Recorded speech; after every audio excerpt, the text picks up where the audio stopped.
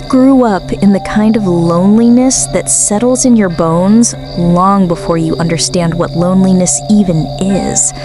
My mother worked nights, my father worked mornings, and I spent most of my childhood sitting at the window, watching the road curve into the woods behind our house. I used to imagine someone walking toward me, someone who wanted to sit with me, talk to me, maybe even stay. But no one ever came. The silence became something I learned to live with, like a second skin.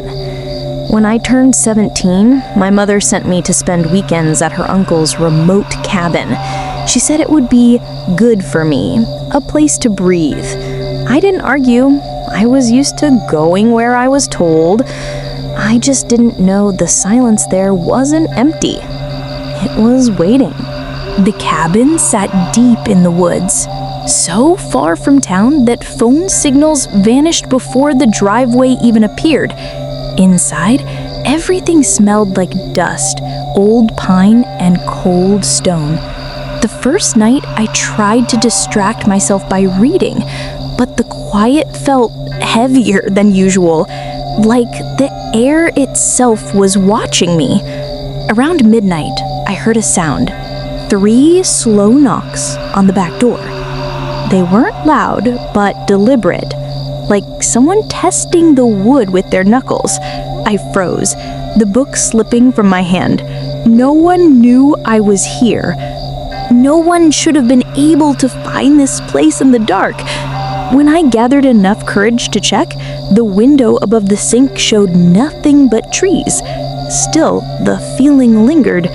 Something had come close enough to touch the door. Something patient, something curious. And it wasn't leaving. The second night, the knocks returned, this time on the front door. Same rhythm, slow, testing, almost gentle. I whispered into the stillness, "Who's there?" The forest answered with silence so complete it felt suffocating. I should have called my mother, but fear pulled me into paralysis. When the knocking stopped, I tried to convince myself it was branches, wind, an animal, anything. But deep down, I knew it was none of those. That night, I barely slept. Every creak of the floorboards made me jerk upright. I thought I heard shifting footsteps outside, circling the cabin, soft, careful. Just before dawn, I heard a voice, whisper thin, on the other side of my bedroom wall. "Let me in." I didn't move. I didn't breathe.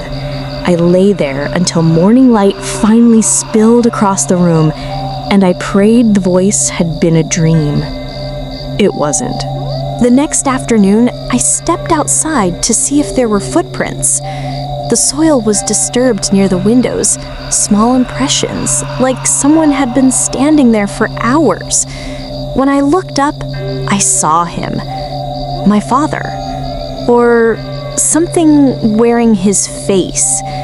He stood at the edge of the trees, half hidden in shadow, his body too still, too stiff, like he hadn't moved in years.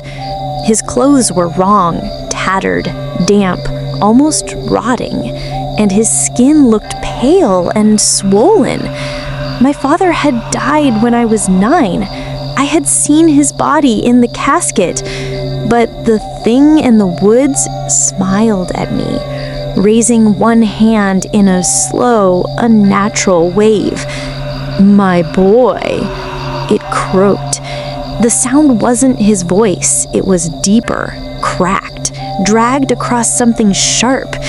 I ran back inside and locked every door, but his smile stayed with me, stretched, hungry. That night, the knocking came again, harder, faster. "Let me in," the voice rasped. "My boy, open the door." I pressed myself against the opposite wall, shaking so violently the wood rattled behind me. The doorknob turned slowly, scraping metal against metal. He was trying to come inside. I grabbed a chair, wedged it under the handle, and backed toward the hallway. The knocking turned into pounding, furious, impatient. "Let me in!" The windows shuddered. Something scraped across the exterior walls, dragging itself from window to window as if searching for me. Then, breathing, right outside the glass. Slow, heavy, wet. I covered my ears, but I could still hear him whispering through the cracks. "You were always so lonely. I came back for you." I almost screamed, because the voice wasn't just imitating my father now, it sounded like it remembered me. The pounding suddenly stopped. Silence pressed against the cabin, suffocating and absolute. I thought it had left, until footsteps started inside the attic. Inside. A dragging shuffle across the old boards above my head. My throat closed. I had never been in the attic. I didn't even know how to get up there. But something was walking, slow and deliberate, right over me. "Come upstairs," the voice whispered through the ceiling. I backed away, but a thud sounded above the hallway, closer. Another. Each step landed with the weight of something heavy, wrong, too large to be human. Then the ceiling bowed downward, dust drifting across my face. It was lowering itself toward me. I bolted to the bedroom and slammed the door. This time I didn't cry. I couldn't. Terror had drained everything but survival. Inside the bedroom, I found an old wooden trunk shoved behind the dresser. I pulled it out, desperate for anything. Weapon, phone, clue. Inside were letters, yellowed, fragile, all addressed to my mother, all unopened. The first one made my skin crawl. The woods change people. They become what you lost, what you miss, what you want back. Another read, "Do not stay in the cabin after dark. It calls to the lonely." My hands shook as I read faster. "If you see a familiar face, do not speak to it. Do not listen.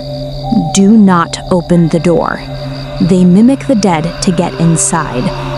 At the bottom of the trunk was a photo. My mother, younger, standing with a man I didn't recognize.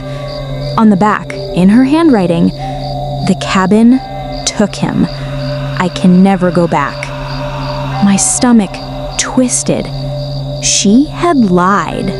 A final letter slid out, shorter than the rest. "If our child ever comes here, the cabin will use your grief. It will show him what he wants most. It will wear the face he misses.